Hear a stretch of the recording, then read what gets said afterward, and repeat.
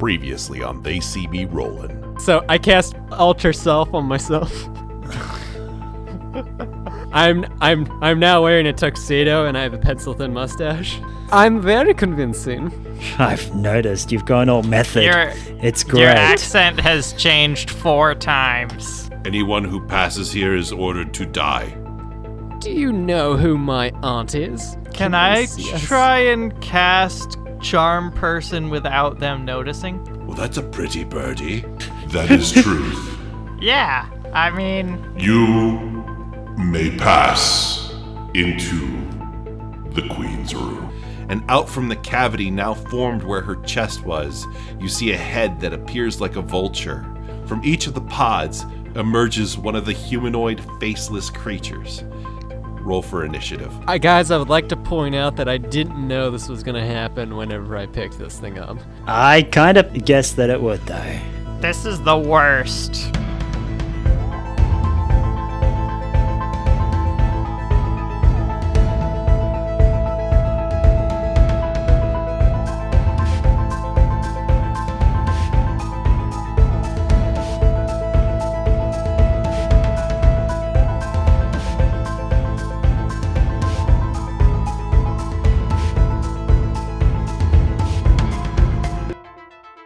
Hey, welcome back to They See Me Rollin', and while I promised that last time was going to be our last intro, I actually got some big news. Hey. We're a part of the Ear Trumpet Network. Woo! Yeah. That's right. We're moving up in the world. We're all professional now. Stick that trumpet in your ear and rotate. We're all quitting our jobs.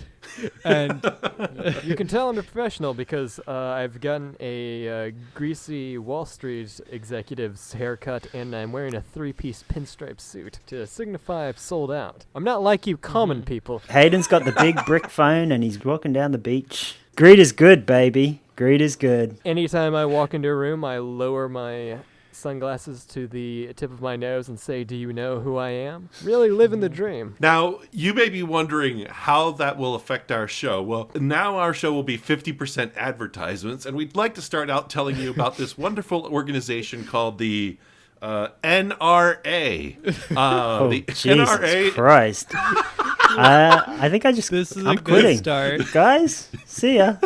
Bye. Come to Australia. There's no guns here. Bye.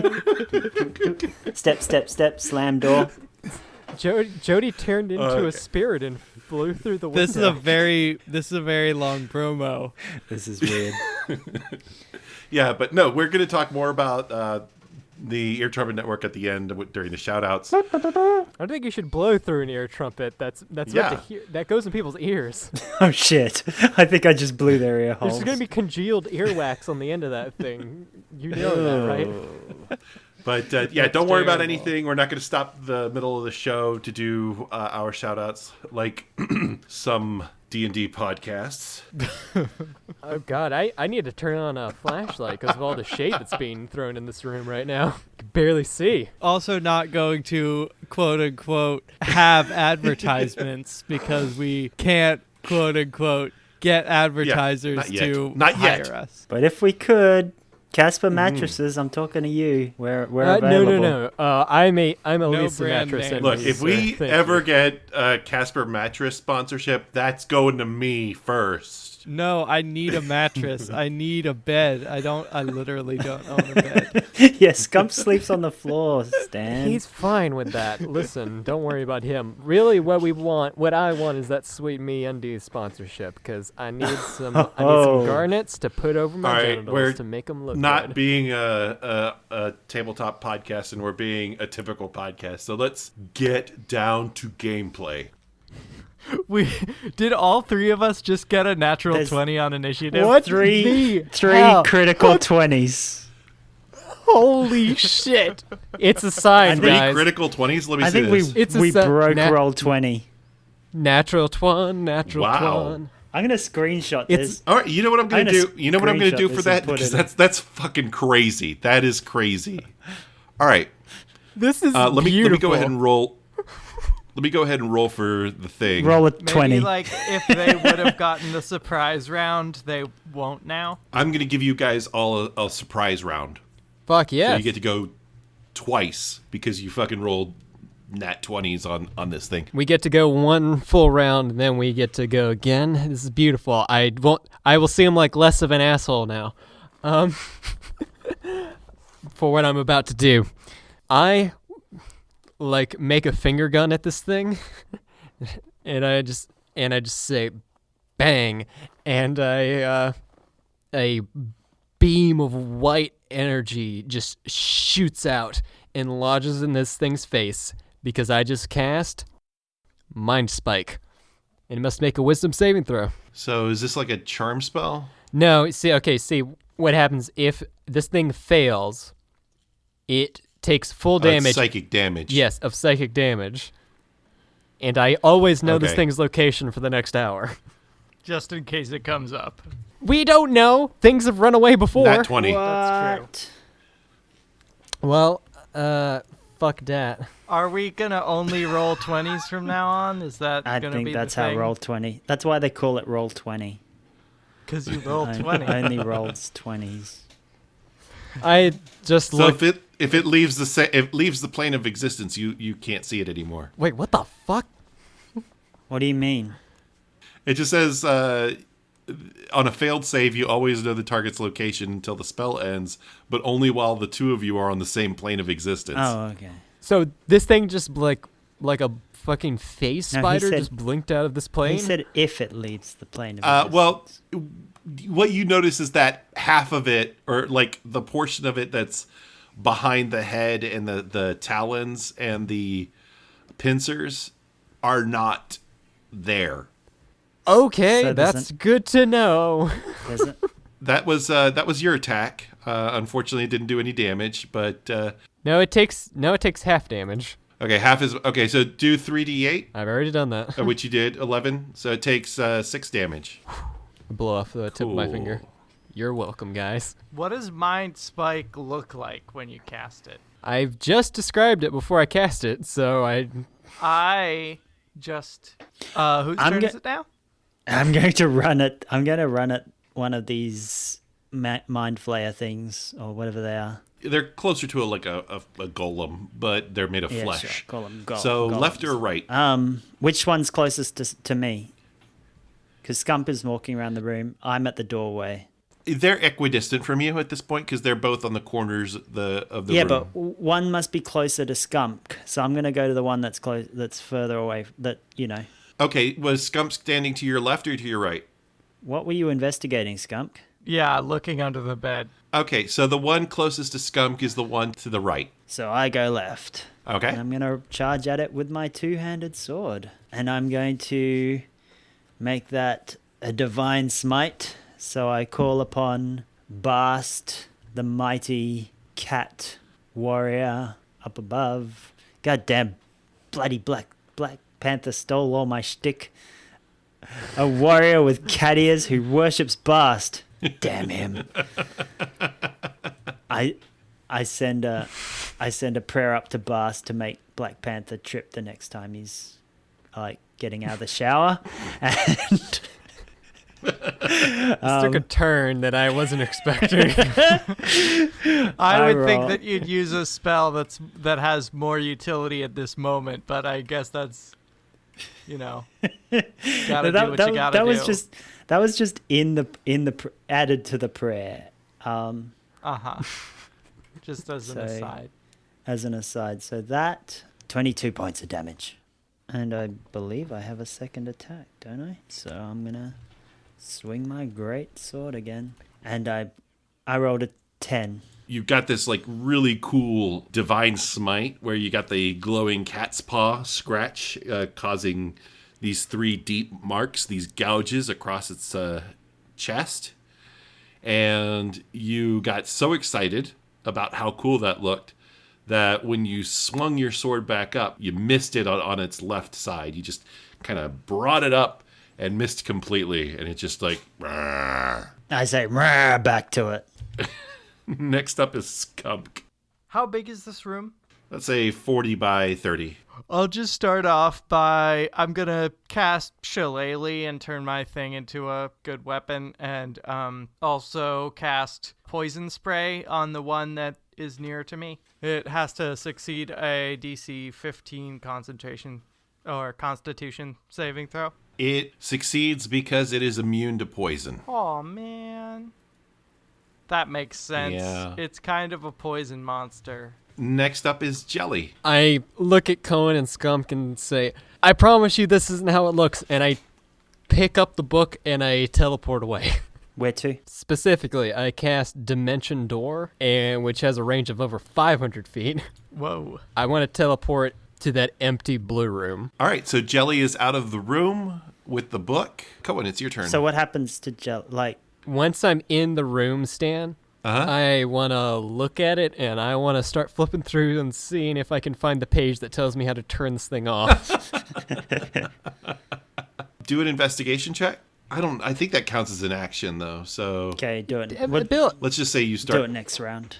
All right, next up is Coen. All right. I'm going to do what fighty people do, and I hit this thing again. Oh, I rolled a critical 1. You lift up the greatsword to swipe at it, but you're still not terribly used to carrying a greatsword. It feels really weird. Yeah, you bump your head with the hilt. You take 4 damage. And so I get so mad at that I hit him again and rolled 21. Yeah, this... Curse, you make me look like a fool.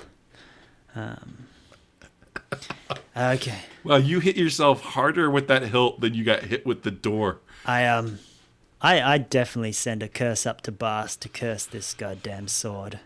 And then, yeah, I hit him, and I also channel a divine smite and a thunderous smite to this blow. An AC/DC appear, and Angus Young is wearing his school uniform and standing on top of a giant speaker stack, just thrashing. It's amazing. 33 damage total? No, 31. I put the wrong modifier on. Yeah, 31 damage. Oh, 31 damage. And also, he has to roll a strength saving throw because a thunderclap appears out of my sword and hits him and knocks him back 10 feet unless he saves. Oh, sorry there. He's knocked back prone 10 feet. All right, he flies up against the wall, and as a result, he takes an additional 3 damage. Does he fall prone? And he just kind of gets splat. Yeah. And he falls on his face. Please tell me he's at least looking bloody after taking 50-something points of damage so far. He's not looking great. Is he prone? But I wouldn't say he looks spry. Yeah, he's prone. He's prone, Skumk, if you want to do something to him. That's wonderful. I will turn into something which... How high is the ceiling, incidentally? Or you turn into a brontosaurus. I love it when you ask that question. The ceiling is 20 feet high. I think I can deal with that. I turn into a giant elk.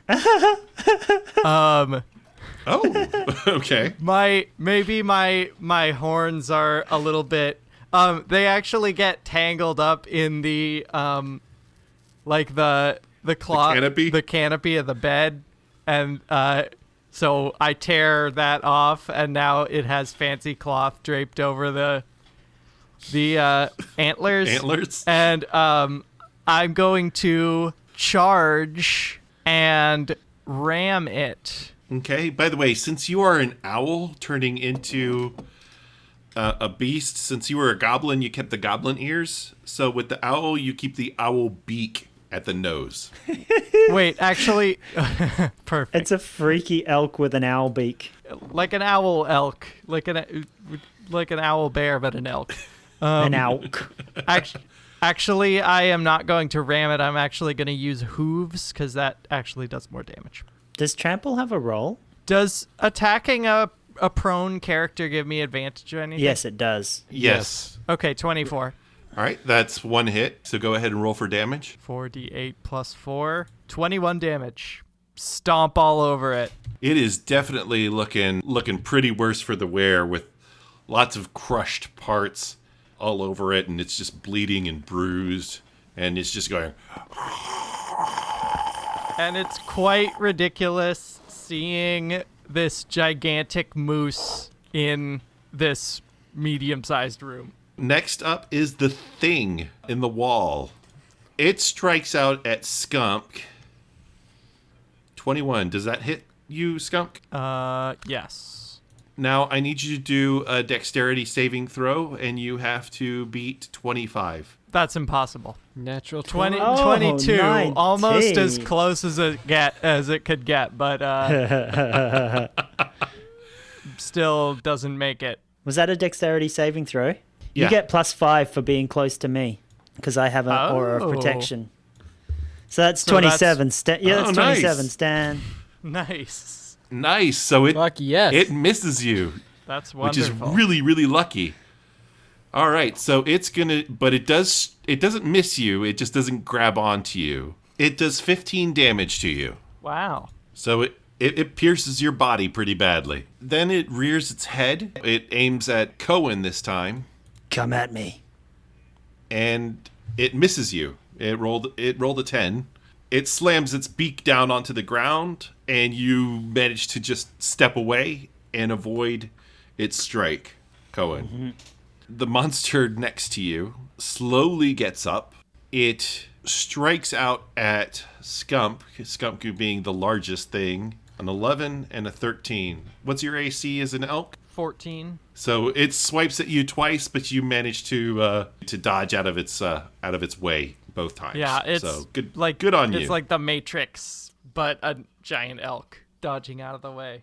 Yeah, you just do this Is this flip. Well, is there really any difference between Keanu Reeves and a giant elk? They're both similarly majestic. I know, right? The other one shambles its way towards you. It also strikes at Skumk, being the largest thing in the room, and both of these hit. One is a 15, one is a 19. A total of 27 damage. Boy, I happen to Are be you still an elk? at 1 HP.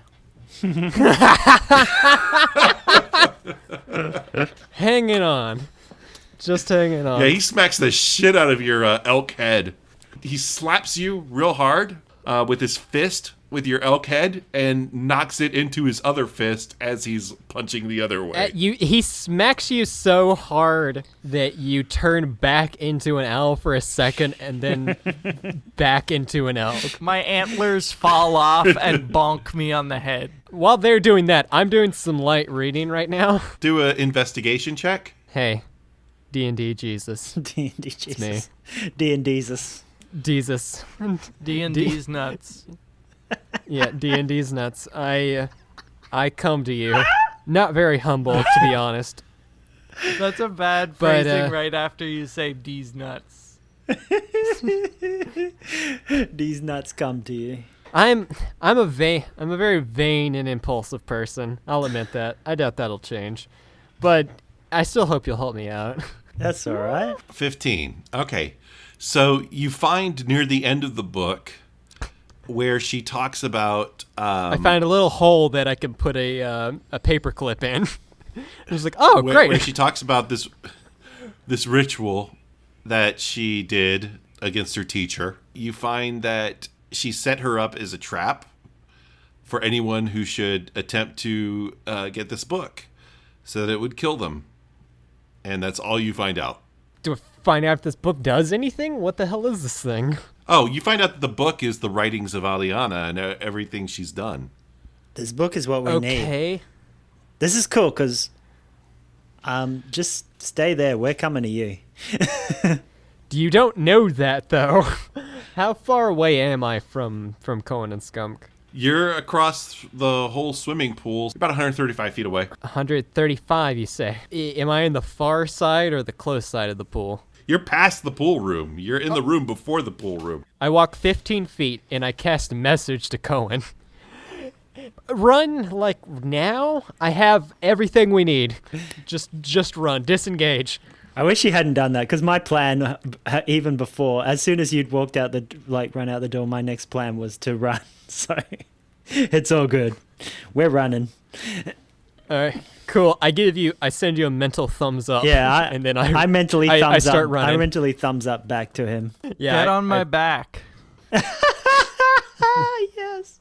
How big is the doorway? That's what I want to know. Hey, I'm disengaging from these mofos, and I'm running out the door, and then I'm going to. Wait, is there a way to like switch moves so that I go first? Coen can ready an action. Yeah, I ready my action to run as soon as Skumk goes. I'm gonna turn back into an owl and start running. Disengage and then start running. All right, so I disengage and I run out the door, and I'm gonna use like my free object interaction to slam the door, to close the door behind me, and there's no chance of like jamming my sword into it or something to try and block the door up, is there? There's nothing that you can put it into. There's no handles slots or anything. All right, so I just keep running. Yeah, but I slam the door shut. We should not be running by the pool. That's dangerous. Skump starts walking very fast. We'll probably get kicked out if we run. The thing itself kind of shouts. Hey! The next thing you notice is the door busts open, and the very injured one is at your side, Coen. Yep. And it attacks you twice, both times hitting. It does 23 damage to you. And the next one pops out next to Skumk and hits both times. And it does 27 damage to Skumk. 27 damage. Are you alive? Yeah. Yeah, he's fine. Okay. I'm at 9 HP. Oh, that's the opposite of good. So, are these boyos in front of me? So we're running towards you, yeah. and these things are behind us attacking us. Yeah, you ran 15 feet so that you'd be 120 feet away from them. They ran 30 feet, so they're now 90 feet away from you. Okay, so how many boyos do we have coming up on us right now?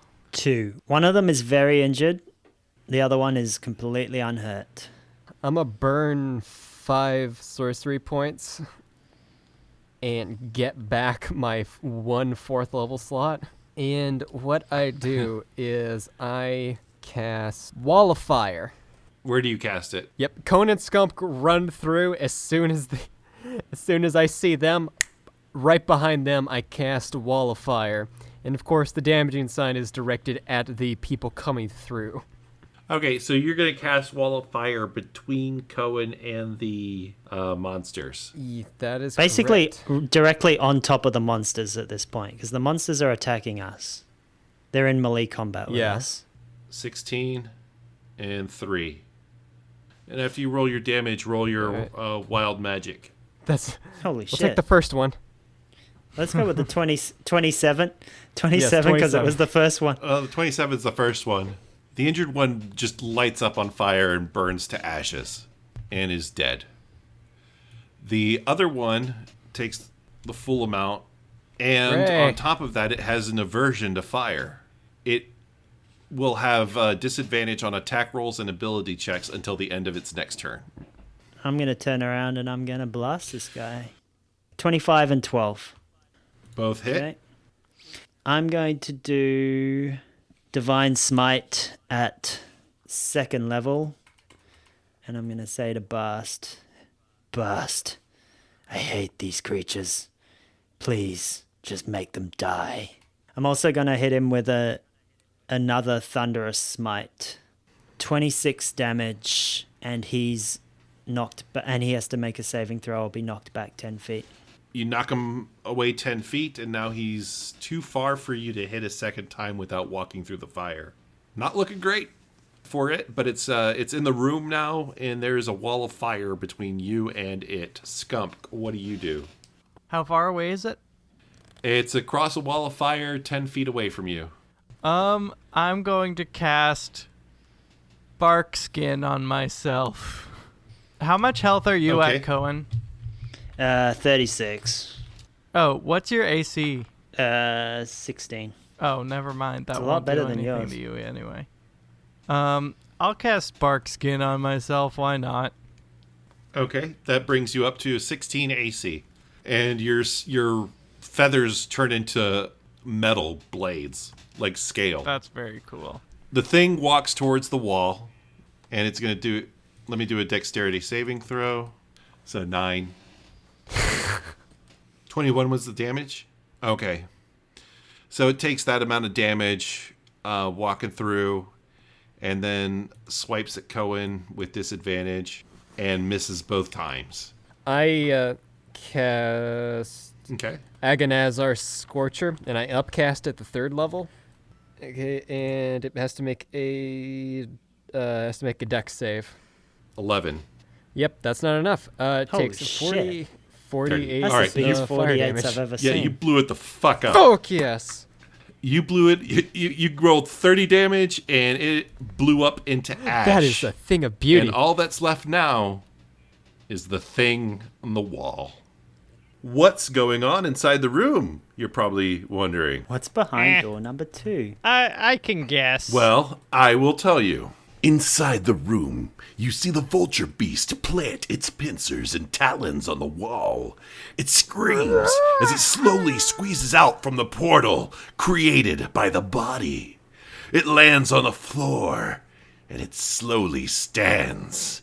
It screams again and crashes its way through the doorway into the pool room. You are now face to face with this horrible vulture beast. Wow, that's that certainly is a giant vulture beast that I'm looking at. As it bursts in, I sit down and put my feet in the pool because I really need a rest. Okay, that was Skunk's turn. What's the water like? You're actually gonna sit in that pool? I mean, not if it takes a whole action, but As a little goof action, I will allow it, and you stick your feet inside that water, and it feels extremely slimy. It's Nice. It's watery, but it's kind of sticky, and like parts of it feels like oil and not water.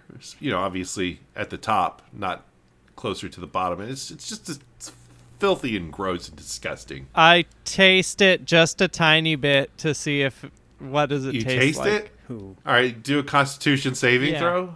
Just a little tiny bit. Like Do just a a Constitution finger. saving throw. So you know how a duck's feathers kind of like water just kind of flops off them? What happens to an owl's feathers? Oh, I forgot I was Yeah. an owl. God.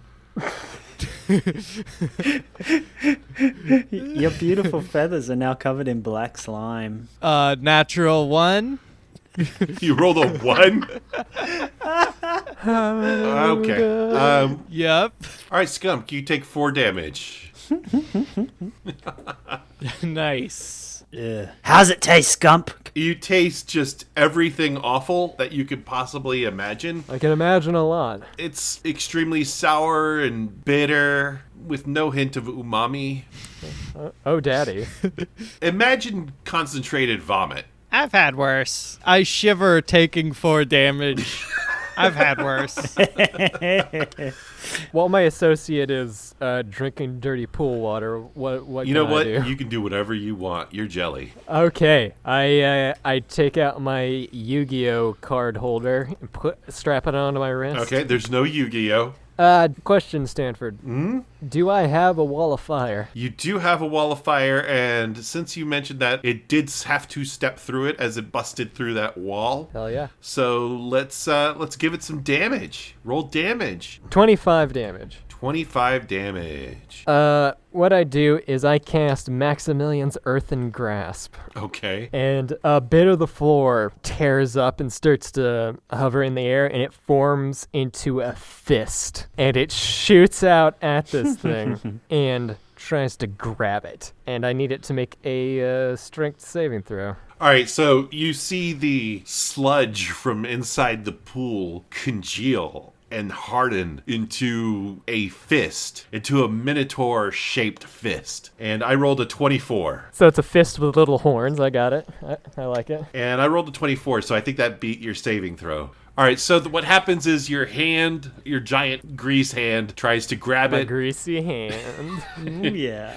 However, the fact that the hand is made of grease and the fact that this thing is covered in some sort of mucus, it just slips right on out. Does the hand just disappear? No, it's a concentration spell. So your wall of flame is gone too. That's fine. I wasn't using it anyway. All right. Well, you don't have the wall of fire, but you now have a giant fist. I'm fine with that. Next up is Skumk. All right. Currently, you're sitting in the gross pool, which became slightly less gross once the fist came out. Dangling your toes. Getting his little toesies wet. Yeah, I'm now nice and cooled off from the disgusting slime pool, and I can finally concentrate. I stand up out of the slime, inspired by the sliminess of it, and I, feeling nostalgic for my old goblin body, turn into a giant toad. Yes. Oh, yeah. Oh shit, Back to the what up? Toad. An old classic. Toad v. Bird. Here come dat boy. Mm-hmm. Yeah, oh shit, what up, I say. Oh snap, here come them lads. Mm-hmm. Classic thing.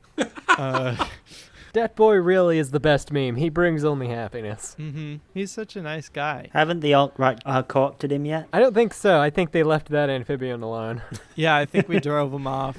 We kept this one thing sacred. Even they know that dat boy is sacred. I just jump right in his face and bite his face. You toad bite his face? Nice. Just gum him to death. Yeah, I mean, my mouth is giant, so when I'm aiming for his face, I sort of hit his whole body. Toads have a very strong jaw, so Do they? imagine it hurts. Mm-hmm. Yeah. Like certain ones can just clamp onto you. Can we have a toad facts section? Toad facts. Oh, toad fact. Certain toads, what they do is, so they carry the eggs on their back, right? So the boy frogs just kind of jazz all over the lady toad's back to inseminate I know them. there are toads that can hibernate for many years while it's dry and then come out when it's wet. That's a toad fact. One fact I know about toads is that they've been shown to be able to react to single photons in their eyes. Their eyes are so sensitive that they can see an individual photon. That's been a toad fact. Wow. Okay. So I bite his face. Speaking of that, Bite the photons in his face. I bite every single face photon. Damn. 7. 7 is a miss. That's too bad. Yeah. I sort of lick his face with my giant tongue, but it all gets tangled up and I fall over. Yeah. Skump, this isn't the time for that. He tastes very gross. It's not toxic, but it's not good. So he tastes better than the pool water. Yeah, he tastes like an unwiped butt. Okay. Oh, that's not that bad, Stan. That's I tilt my head to the side and say, I've had worse today. All right, Coen, your turn. So I just want to quickly look at this thing and see if there's a weak point or something, or failing that, looking around the room if there's any way to get any advantage from the structure of the room or anything like that.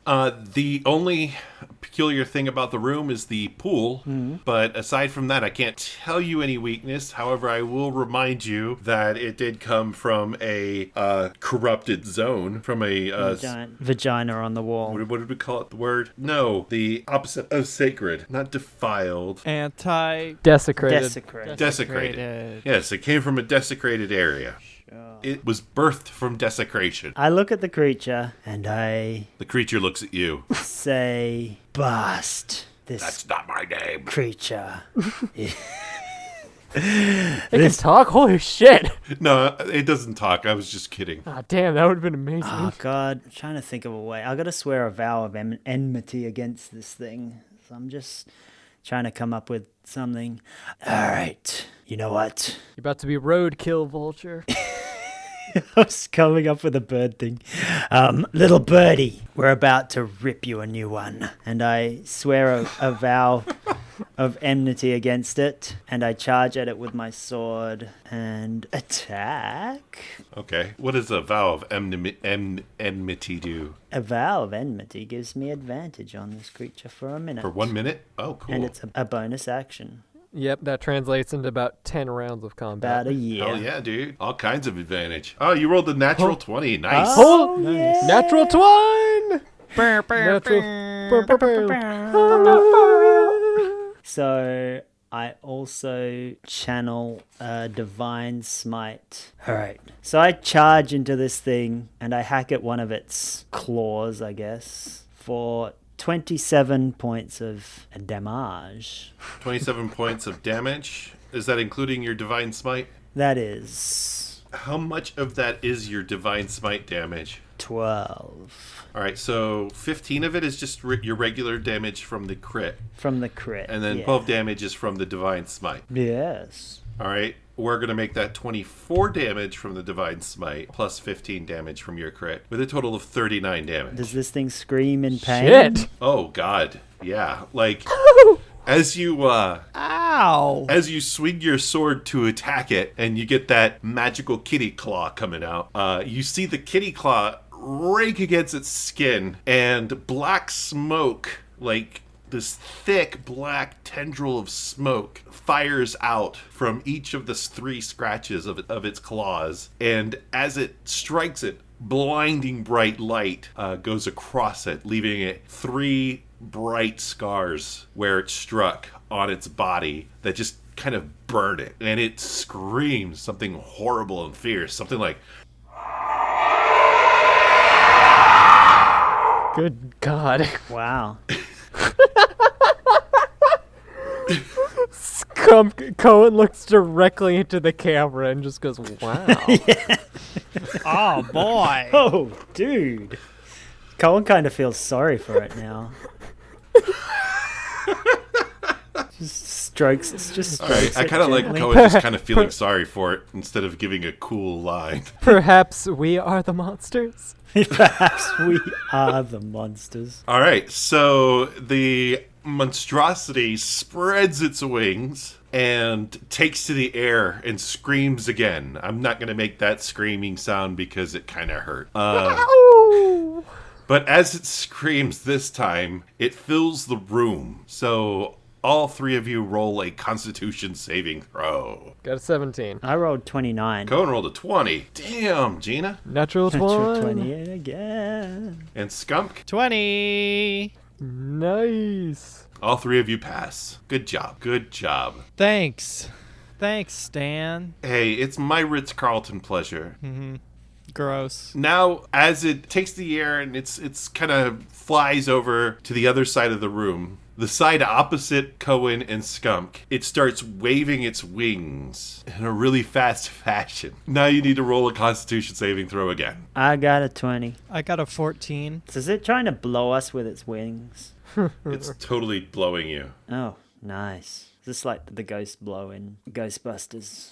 I think of all of like the long reaches we've made for pop culture references, I think that was the longest.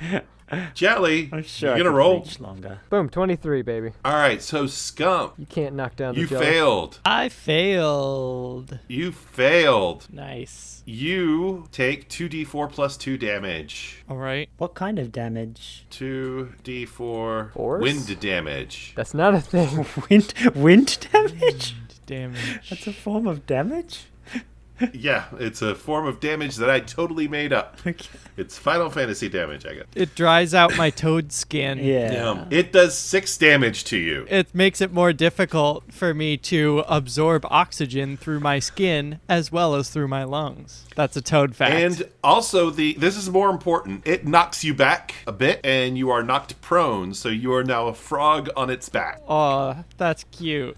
Yeah, your little frog legs are sticking up in the air, and you're just like, ah. I reach Like- out and stroke Skump's belly.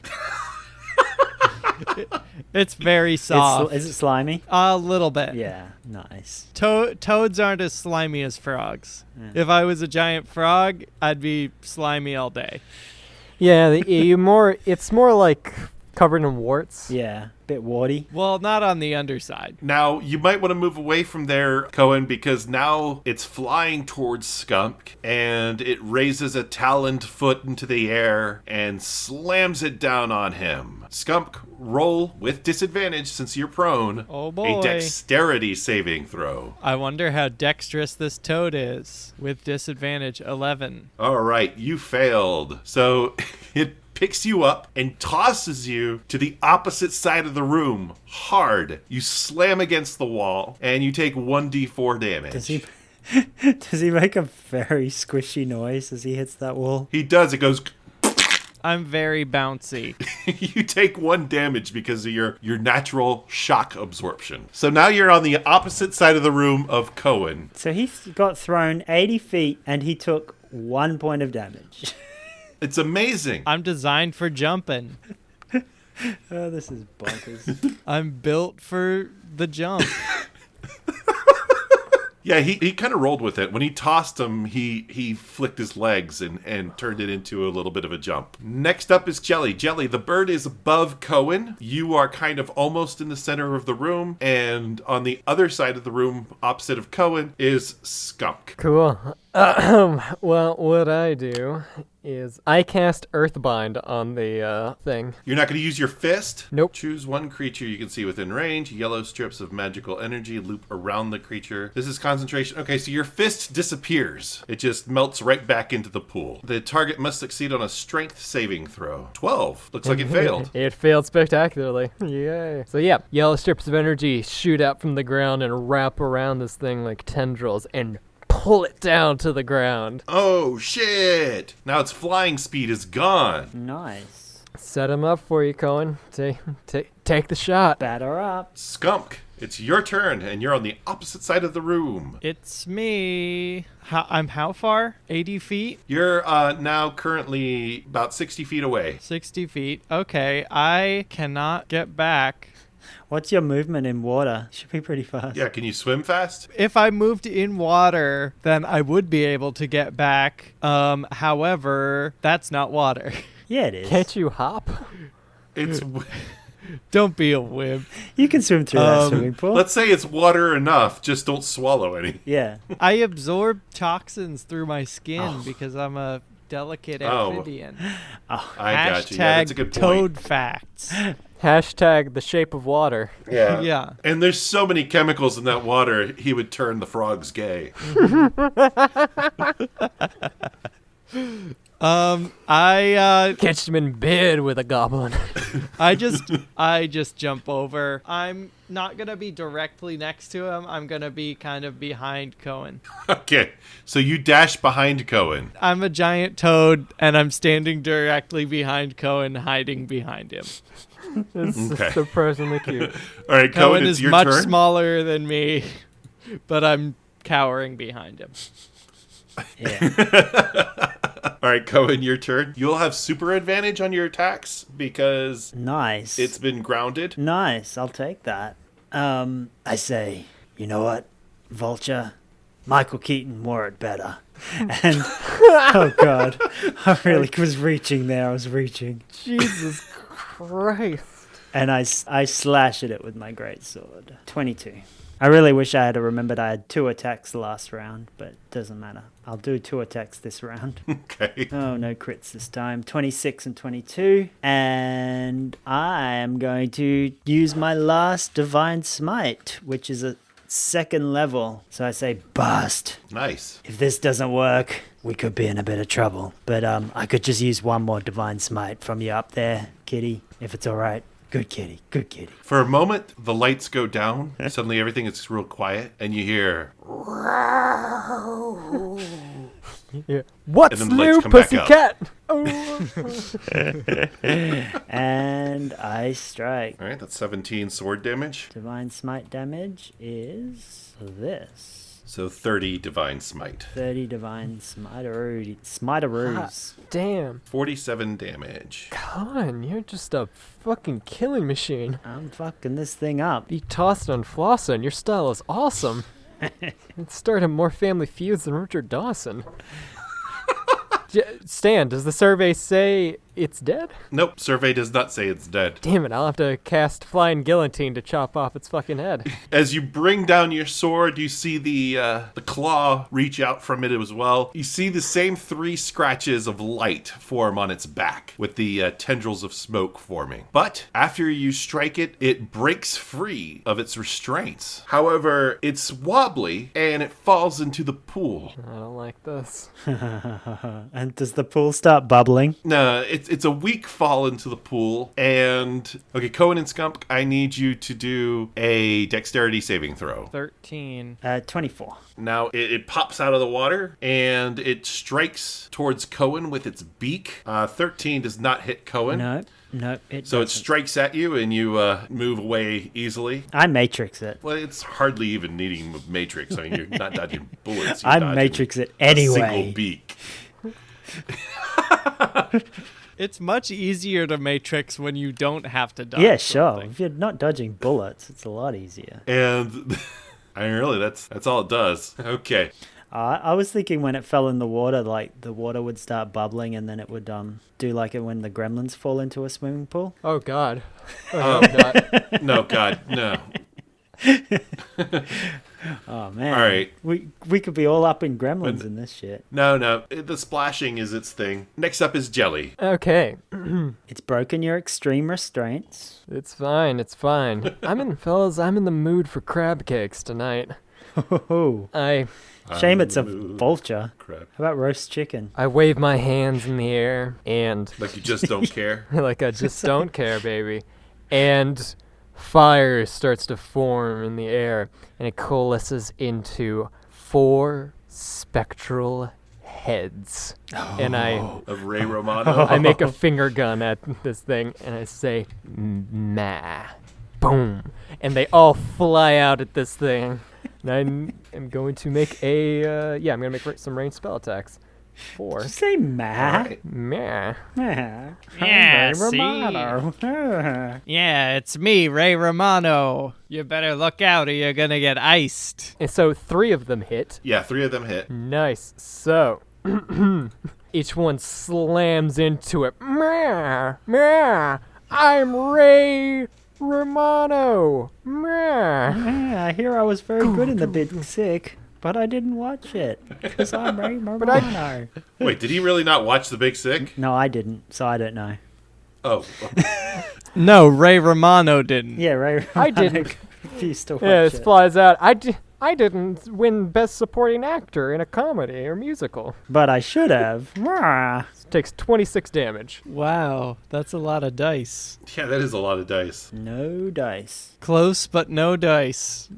The Ray Romanos hit it, and it gets singed pretty badly. Do we start smelling like roast The chicken? water heats up around it. It smells something terrible. And Smells like victory, son. you can kind of see that the bird is a little wobbly. Its head is like wobbling around a little. And it sees 3 little U's spinning around its head. Get it? It's not seeing birds, it's seeing you guys. Wait, oh my god, Skunk's a bird. No, he's not. He's a frog. Oh yeah, so he's seeing a little frog, a little Coen, and a little jelly. I think we should establish, when I'm a goblin, I have, like, Goblin ears. goblin ears when I'm any animal, but when I'm an owl, I have giant owl eyes. That's terrifying. Okay, well last time you had a beak. Oh, last time you had a okay. beak, but that wouldn't work for a frog. I'm not sure what toads already have giant eyes, so I'm not sure. I think how it's that got to would have look feathers. either. I think it's going to be a frog with feathers. Yeah, I'm I'm a toad with feather feathers. frog. That's some revelation shit. Like, You could make a religion out of that. if I behold, I looked in the pit and I saw a beast, and its right hand was a key. All right, so Skumk, it is your turn, and this thing is just sitting there wobbling around, looking really shitty. Finish him. I jump right on him and bite his body. 13. I'm gonna give you advantage on the attack. Okay. 21. There, you hit with the 21. So I'm gonna actually make that a swallow. So I do not only bite it but completely swallow it into my body. Can you swallow something larger than you? Oh yeah, it's larger than me. I keep thinking of it as medium, but it is not. So No. I don't swallow it, but I do try, and in the process, I do 1d10 damage. All right. That's not very much. Oh, plus another one. 2d10 damage. 1d10 damage plus another one. And he's grappled. Oh, he's not grappled. He's fucking toast. All right. Oh, so I do swallow him after all. Well, you tried to swallow him. You bit off his head, and Oh, you swallow his head. you've got this like Like a flying guillotine. you got this head sticking inside your. You got the head inside your body, and the neck is kind of sticking out of your mouth. Ugh. Well, he's halfway swallowed by me, and I just can't swallow him all the way, but he's half swallowed. Can you gum his head Yeah. off? Yeah, I'm just gumming him. I don't have teeth, so You're sucking on him like a great big vulture pacifier. And you take 3 damage from the water in the pool. delicious. That's my specialty. Yeah, so you're kind of wading in this pool with his neck sticking out of your throat or your mouth. Mm-hmm. It's dead. You have successfully killed this horrible, awful thing, and you're wading in this pool. Are you going to go ahead and swallow it and climb out, or are you going to climb out and then swallow it? I climb out and then swallow it as I sort of climb backwards out of the pool, still with this giant vulture man in my mouth. All right. I walk over and I climb on Skunk's back and I brandish my staff in the air. I said, "We are the specters of death!" Can I do Scump a favor and chop its neck off so that he just like only has the head to swallow? No, I can only. It's much better whole. Oh, You get that okay. good cartilage if you have the neck in there too. It's good for stocks. Is this like a boa constrictor thing where it takes hours for Scump to consume this body? Yes, except for that's not at all what toads are designed to be able to do. So it's real bad. That's gross. So you're going to have to stay a toad for a We're while. gonna have huh? mad diarrhea later. Oh, once he changes back, I assume the thing. What happens to things you swallow when you change, Skunk? It's just gonna his stomach's just They're gonna be just digested. His stomach's just gonna be bulging out. It's gonna look like he's pregnant. Yeah, it's a vor thing. Yeah. Wait, we can use this whenever the guards come for us later. You can't execute someone that's pregnant. Okay. Oh, that's drape a- dark. Draw. All right, so drape- Draw that fan art. Yeah. Pregnant skunk. I drape a shawl over his shoulders. You wouldn't kill this poor woman. All right, I want to go check out this room again. well, hold on. Oh, we got a cutscene? Yeah, the door opens and the 2 charmed guards burst in. They see you and they say, in unison, they go, "Where's the birdie?" And they kind of catch you by surprise. Do you want to answer where the birdie is? I just rib it. Are you going to stay quiet? I'm going to point through the doorway on the other side. It's pointed to the other room. It's in there. And just as they're about to run, you see a spear burst out of the chest of the one on the right and skewers him. Oh damn!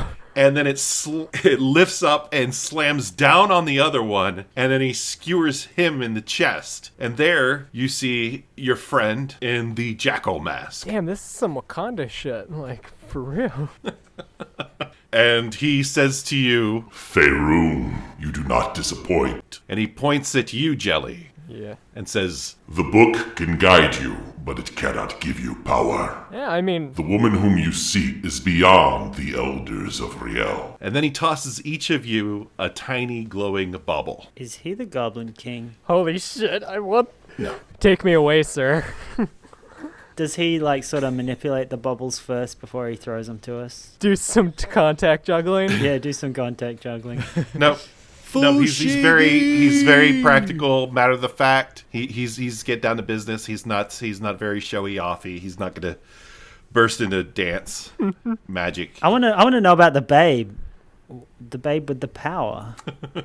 What power? The power of voodoo. Do what? What? You ruined it, Stan. Oh wait, we skipped it. It's Anyway, voodoo. he says, This is the first of my gifts to you. Rest. You are safe here for now. Who are you? In the morning, return to the Grand Hall. There you will find a door behind the throne. You will find there my second gift to you. Thanks for the present.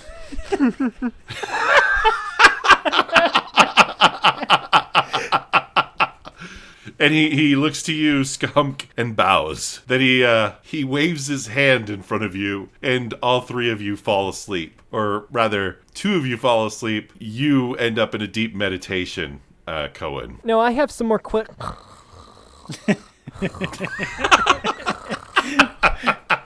Oh my god, I'm terrified of Skumk sleeping with that thing sticking out of his throat.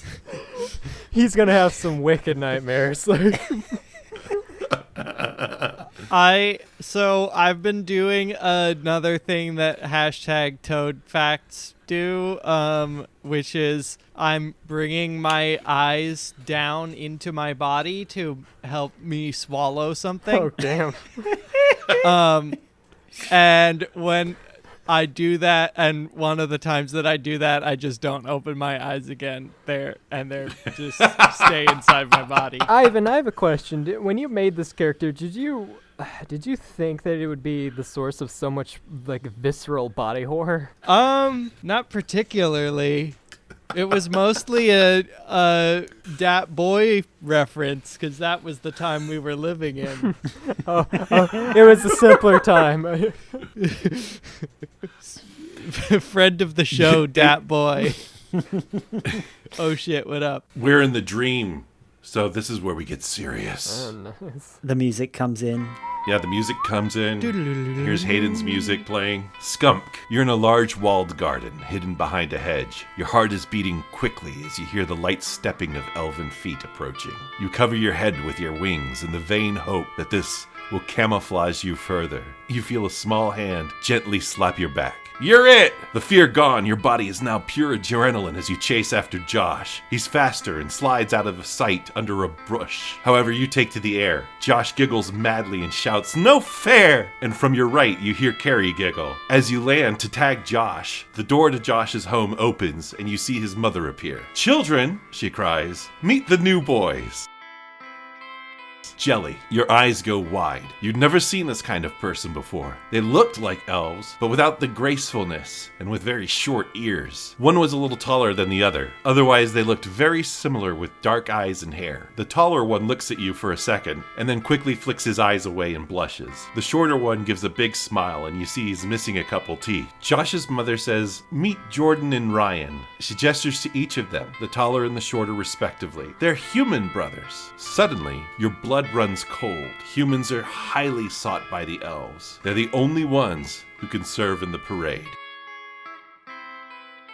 Coen, you've succumbed to the fact that you now serve this girl. You are a small part of the power from which she draws. Ether, she and her teacher call it, and with it, you are flung across distances as though an arrow and drawn back. At times, you become part of a great ball of flame or ice or a string of lightning. She and her teacher are now looking very somber. You are in a dark room filled with caskets. The teacher has opened several and she turns to the girl. You feel as though you are turned to ice and the world disappears for a moment. You then experience a sensation of being closed into a tight space. There's pressure all over your being. You make an effort and the world comes into view, but not focus. Involuntarily, you blink. You hear a command, "Rise," and you find yourself in a body, the body that was inside the casket, and you try to scream. The pressure is released and you see the body collapse into a pile of wormy flesh and bones beneath you.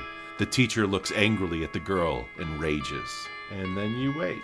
So I'm a sentient lump of magic at this stage in our dreams. So Yes, which coincides with what you are right all now. the magic that Jelly throws around is sentient bits of like space that could eventually become a human or an etherman. Potentially. It's not all ether, I think, is sentient. Okay. Otherwise, there'd be ether born all over the place. Yeah, sure. No, I mean I mean, they haven't been born yet, but they're still like floating around there. Listen, I'm just shooting out magic sperm everywhere. Don't think about it too much. That's what it is. It's just breeding. Yeah, oh my god, I never thought of it that way. Coen, you are sperm with memory. So are you. Aren't we all? No, I don't remember being sperm. I'm definitely not. I was made in a lab somewhere. I'm a replicant. So I wake up.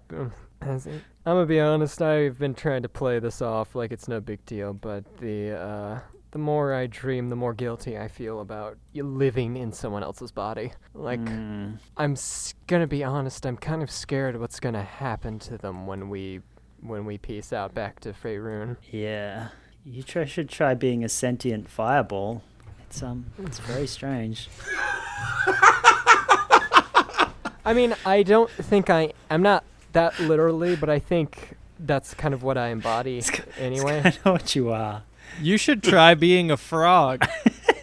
I mean, talk to me in a couple levels, Skumk, when I have true polymorph, and I can do that. At that point, I think that'll be a little underpowered, but... Speaking of, you guys are now officially level 7. Hooray. Whoa. So congratulations. Congratulations. Speech. Okay. Speech, yes. Let's hear a speech. Everyone give their level 7 speech. Okay. Well, I pull out a crumpled bit of paper that I have on me. It's been a long and difficult journey. I've been arrested. I've gotten some mad diarrhea from some milkshakes in a diner. I've fought arcane powers that I really don't understand even at this point, and I'm too afraid to ask, to be honest. I've died, and I've been traumatized physically and mentally, but I can cast level 7 spells now, so that's pretty sweet. I love that part. My favorite part of the Oscars is where the actors get up and just describe everything they've done that week until the orchestra plays them off. It's been a long time getting from there to here. It's been a long time, but my time is finally here. And I will see my dreams come alive at last. I will touch the sky. And they're not gonna hold me down no more. No, they're not gonna change my mind. All right. Let's get on with it. Right. Is that the end, or is there more? Edit a No, the song. No, I'm talking to keeps Stan, not you, Ivan. Sorry. Oh, okay. No speech from Coen? No speech from Coen. Edit all that out. Despite everything. No, that's staying. I want to put that in. That's staying I'm in. putting that in the goofs. Despite everything that's happened, it's nice to, I guess one consolation through all of this is that I actually have some real friends now, so that's nice. Hopefully, It's true. with my new spells, I can keep all of you from dying again. We'll always have your back, Jelly. And also with you. Forever and ever, amen. And now it's time for communion. Well, I mean, Coen is a paladin. He could potentially give you all communion. Could I? Yeah, did you take ceremony as one of your first level spells? No, I didn't. No. Oh, is that'd that be a so thing? sweet, Is that 'cause part of is that a thing? Yeah, part of the ceremony spell is that you can officiate weddings. Yeah, so check this out. You cast ceremony on two people while they're getting married, and they have like a they get plus powers. 5 they get a plus 5 bonus to their AC when they're together for like 10 days. As they're together. So what I'm saying is, get that spell, and we'll all get married to each other and have crazy AC. You can marry Skumk. Yeah, it'd be great. It's a real Boston marriage situation with me and Skumk. Okay, so you guys are together. You've had this lovely conversation. I've been married a lot of times. I don't need to do it again. Wait, what? How many times have you been married? You're on Skumk? your Rumspringa, and you've already been married. I mean, that's part of it. several He's living times. wild and fancy free, baby. How long has this Rumspringa been going on for? I mean, it's so crazy a Rumspringa he doesn't even remember at this point. I wasn't counting. We're gonna find out that Skumk is actually like 45 and has like 5 kids that he doesn't talk to. He's actually having a midlife How do you know crisis. I don't talk to A them? midlife goblin crisis. I mean, I'm not saying Rumspringa. Skumk. I'm not saying you wouldn't talk to them because you'd be a neglectful parent. I think you just forget about them. So what do you guys want to do I now? want to check out that throne room. Get his second present. Oh, the second present? Okay. All right. Okay. On our way down, I cast Disguise Self again. What did you disguise I yourself disguised as? myself as an elf. I forget what my name was. with a mustache. Yeah, I had and a mustache. Terrible accent. What are you talking about? So I do a quick change. So I think we need to. I turn around. Be a little more stealthy, gentlemen. I reluctantly turn back into an owl from a frog. You feel incredibly full. It's like I think what happens when I turn back into my regular form is I just automatically digest whatever was in my stomach. So I feel a sudden burst of energy. That's a horrifying thought because you could just eat you're Kirby basically. Like you just eat a rock and turn back. It's possible that might like make my blood sugar dangerously high, but I'll deal with it. Okay, so you head out of this room, back into the blood room, and in the blood room, you see the jackal masked man, Hi. Hey, and he nods at you. G'day, mate. How you doing? I wave. He nods at your wave. I kiss his hand. Can I want to speak to him. Hey, Okay. Jackal, Bruce Willis, or whatever your name is.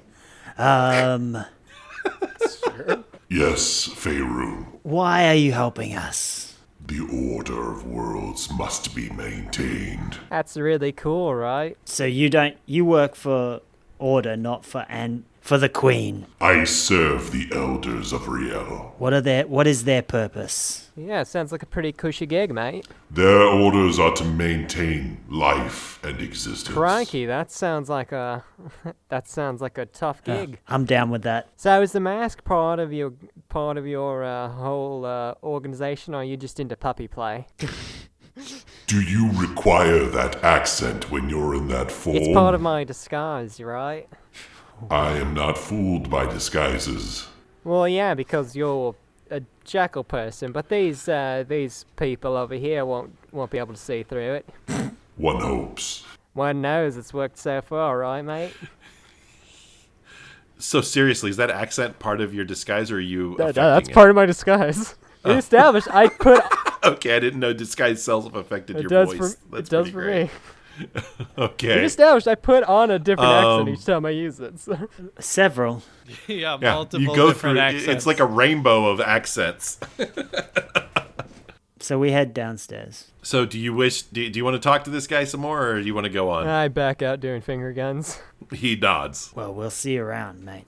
You head down the stairs, and the 2 guards that were there are now skewered. So yeah, you get down to the hallway that leads to the Great Hall. But if you recall, there are 2 more guards facing towards the Great Hall on the other side of the doorway leading there. Now I say a doorway, but it's not really a doorway since there's no door. It's The just entryway. like, imagine a doorway with no doors, like archway. Don't worry, fellas. I got this. Where's that weird Australian accent gone? No, this is, I'm speaking to you in confidence right now. Yeah.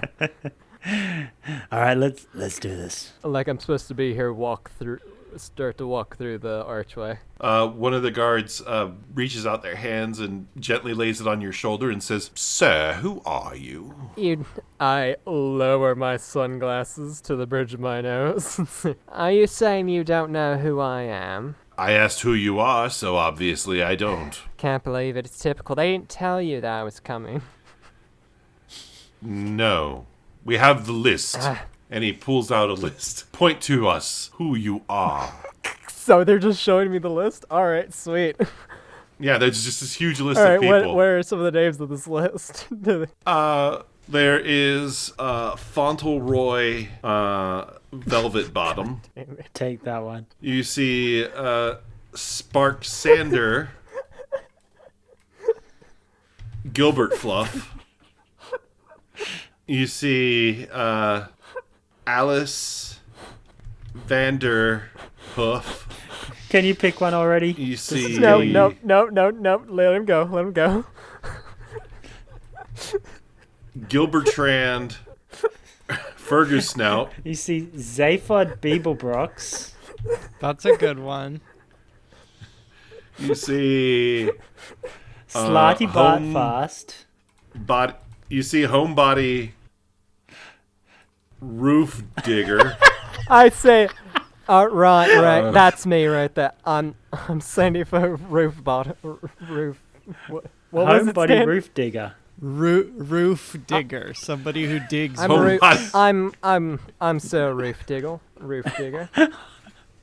You're saying you're Homebody Roof Digger. That's right, sir. He looks at the other guard. The other guard goes, Homebody Roof Digger! And you see an elf turn immediately and say, you called for me? And this elf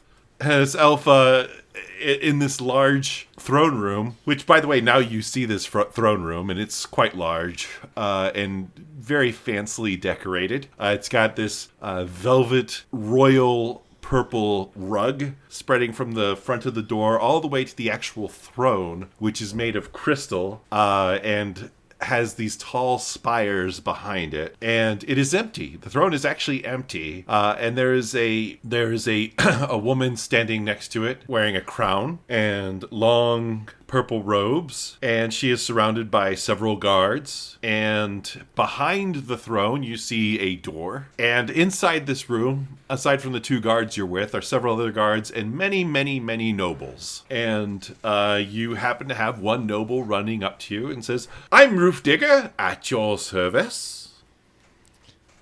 Does he wear like a necklace with his sigil, which is like a crossed roof tile and A shovel. and This man is an shovel? imposter.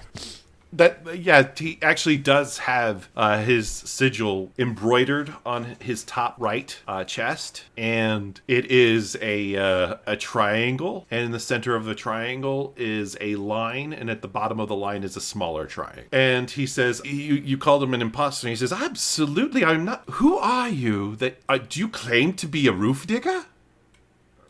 Where is your sigil? I am a roof digger, sir. I'm sorry, I forgot it at the Sir, as if I at the need that. coat room. The guard says, he claims to be you, sir. He claims to be Homebody Roof Digger. And he's like, well, that's not possible. I'm the only homebody of the roof diggers. Here's my identification. And he pulls out his papers and displays it to the guard, and the guard then looks at you. You stole my papers! How dare you! How dare you steal from the noble house roof digger? Guards, arrest this man. He turns to the guard and says, now, Charles, you certainly won't allow him to make these claims, would you? We've been friends for so many years. You're not going to listen to the word of a common thief, are you? And you I don't know which one to kill. you see the guard say, all right, get him! And they immediately start to reach out for you. I cast blink. All right. Whoosh.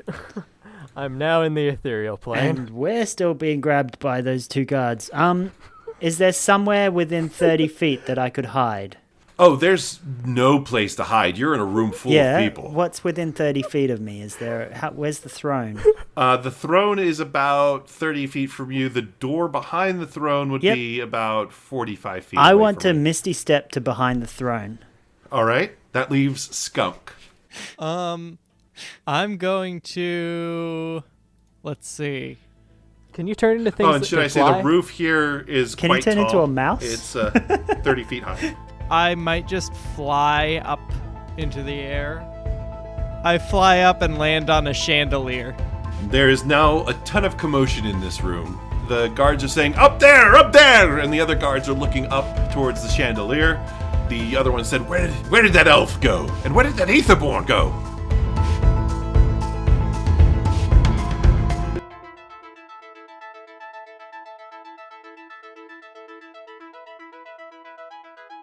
This is Stan Ferguson. Hey, it's Jody Doyle in Australia. I'm Ivan, the clerk. Hello, it's your favorite washed-up silent film starlet, Hayden. Like we mentioned earlier, we have joined a new network called the Ear Trumpet Network, and as a result, we're going to talk about, well, Ivan's going to give you a little talk about a show he recently listened to, which was a show that was added around the same time as we were. What's it called, Ivan? It's called Can We Cult, and it's very funny and weird. Every week they talk about a different cult, and a lot of it is two very funny people telling funny stories. Who are those two very funny people? I forget. Their names are Megan and Allie, and it's one of those It's one of those shows where it feels like you're getting to know the hosts really well when you listen to it, and that's fun. And also, the subject matter is interesting. So check that out. That's Can We Cult. Other shows that have been with the Ear Trumpet Network is Lifemark, made-for-TV podcast. Love Ya Like Crazy? Love YA Like Crazy. Isn't Love Ya? As If, a 90s fan cast. The Realist podcast. Taxes and Tater Tots. Kill by Kill podcast. And Please Don't Send Me to Outer Space. So Please definitely don't. check out the great line of Ear Trumpet audio podcast. Please. You can't Don't breathe send me in to outer space. Please Don't. don't. Please. Just don't. And while you're at it, please do go to our Facebook page and give us a like. Join our Facebook group, They See Me Rollin'. Send us a review either on our Facebook page, which is super easy to do. All you have to have is a Facebook account, or on Apple Podcasts /iTunes. Hell, we're on Stitcher. You can always give us a review on Stitcher, and then send it to us. The best way to send it to us is you can tweet it to Hayden at TSMRcast on Twitter, or you can post it on Tumblr if you're a Tumblr fan. TSMRcast on Tumblr. Or if you joined our Facebook group, give us a screenshot on the Facebook group. That would be super radical. Speaking of reviews, if you give us a review and you show it to us, Hayden will write you a lovely tune. That's right, I will. And we've got one ready, don't we? Oh, I'm so excited about this week's tune. Oh, why is that, Jody? Because it's for our buddy Skylar. Skylar! And why do we love Skylar so much? Because Skylar did the most amazing fan art for our show that you'll see on the Facebook group if you go check it out. And but on the Twitter it made page. me cry. It was so good. Yeah. Like, he's captured our It is our characters beautiful. doing Team Rocket style or whatever that. Or like a Sailor Moon transformation. It's great. Yeah, Sailor It- Moon transformations. It took like half a second between me seeing that and it being my Facebook profile picture. It's so beautiful. Same here. So It is so also beautiful. my phone's lock screen, so Yeah, me too. Yeah, it's awesome. Twinsies. So thank you, Skylar, and thank you for your review as well. We got a little song for you, just you. Take it away, Haydo. This one goes out to you, Skylar.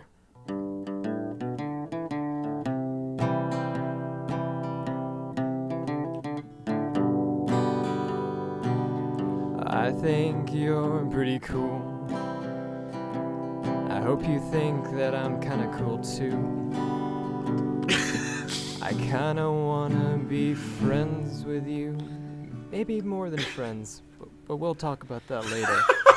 Skylar, we could do so many cool things together. Like talk about other podcasts that we're into that's not mine, because I hate listening to my own voice. We could... I could watch you while you draw fan art of 80s Gundam anime. I'm willing to make this relationship open. If that's something that you're into, too. But only if you're into it, too, because in the end, we're two consenting adults, and we only come to decisions after a long talk. I don't expect you and I to be the entirety of each other's social circles, 'Cause in the end, we are two people that are friends, but more than just friends. But we don't rely on each other for too much because we have our own lives outside of each other. And that's what's so great about being friends, or maybe more than friends with you.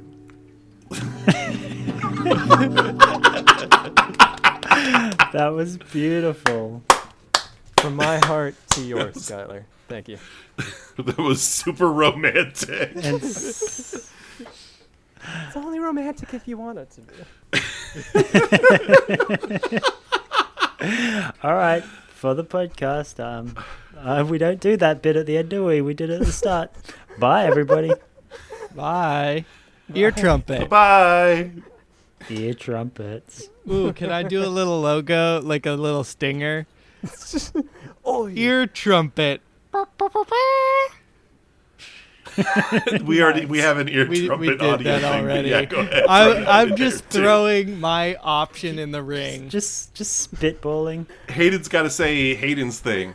Good night, you beautiful Nightbirds, and thanks for all the spaghetti. This podcast was edited by me, Jody Doyle, and Stan Ferguson. Our music is by Ron Lubavitch, which you can find at God's Little Peep Show on the internet, and Hayden, who does amazing music during the show. And our story editor is Michael M. Rader. We love you, Michael. Bye. All right, stop recording.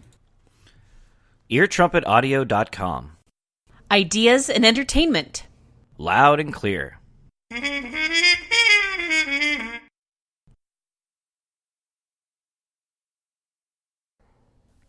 I can't even. I'm actually not breaking record out in if I hives didn't right now. want to. Please, for the love of God, stop.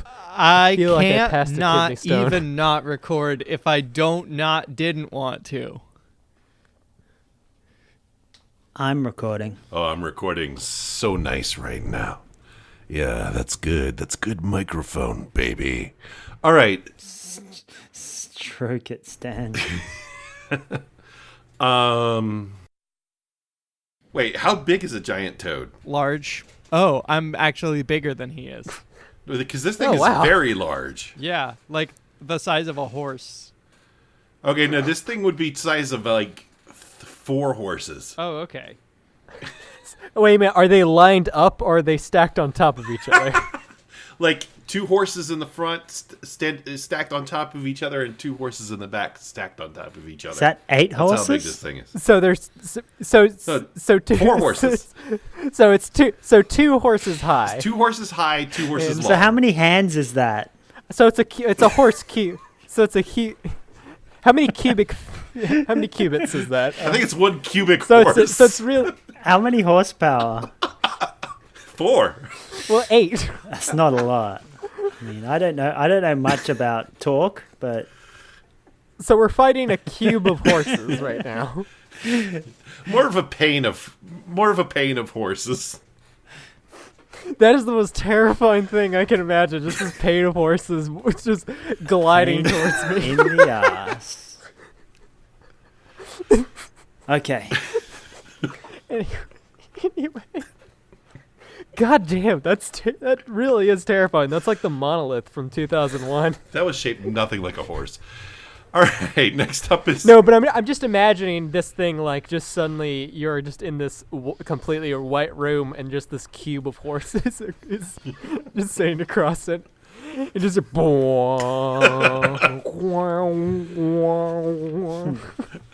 right, Coen, your turn.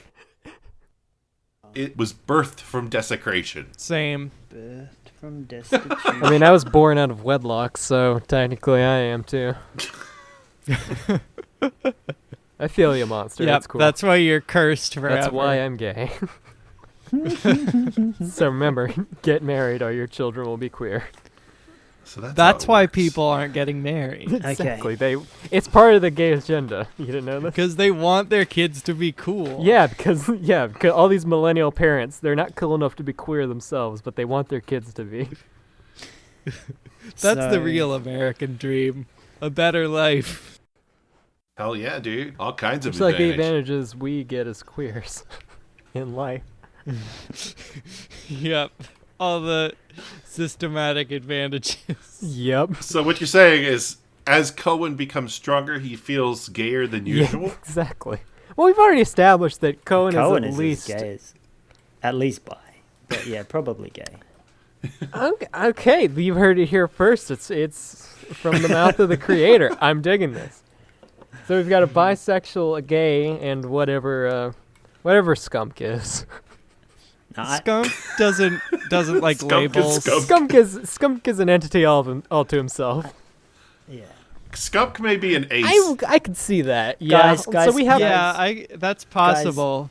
As exciting as this sexuality discussion is, have a look at what I rolled. Oh, you rolled a natural 20. Nice. Josh's mother says, "Meet Jordan and Alex." Wait. You're Alex, Skunk. Hold on. That's true. I am. I messed up a name. I think that the couple name for Skunk and Alex is Scallops. Scallops? Scalex? Skrillex. I think it's Skrillex. Skrillex. Skeksis. Just wait for the drop. Where is my conversation with Michael M. Raider? Story consultant? What does that mean, Stan? Yes. At this point, I'm too afraid to ask. But story. What? He tells Stan what to do. Cool. Michael's the real power behind the I'm gonna do throne. it. He's the real evil queen. Yeah.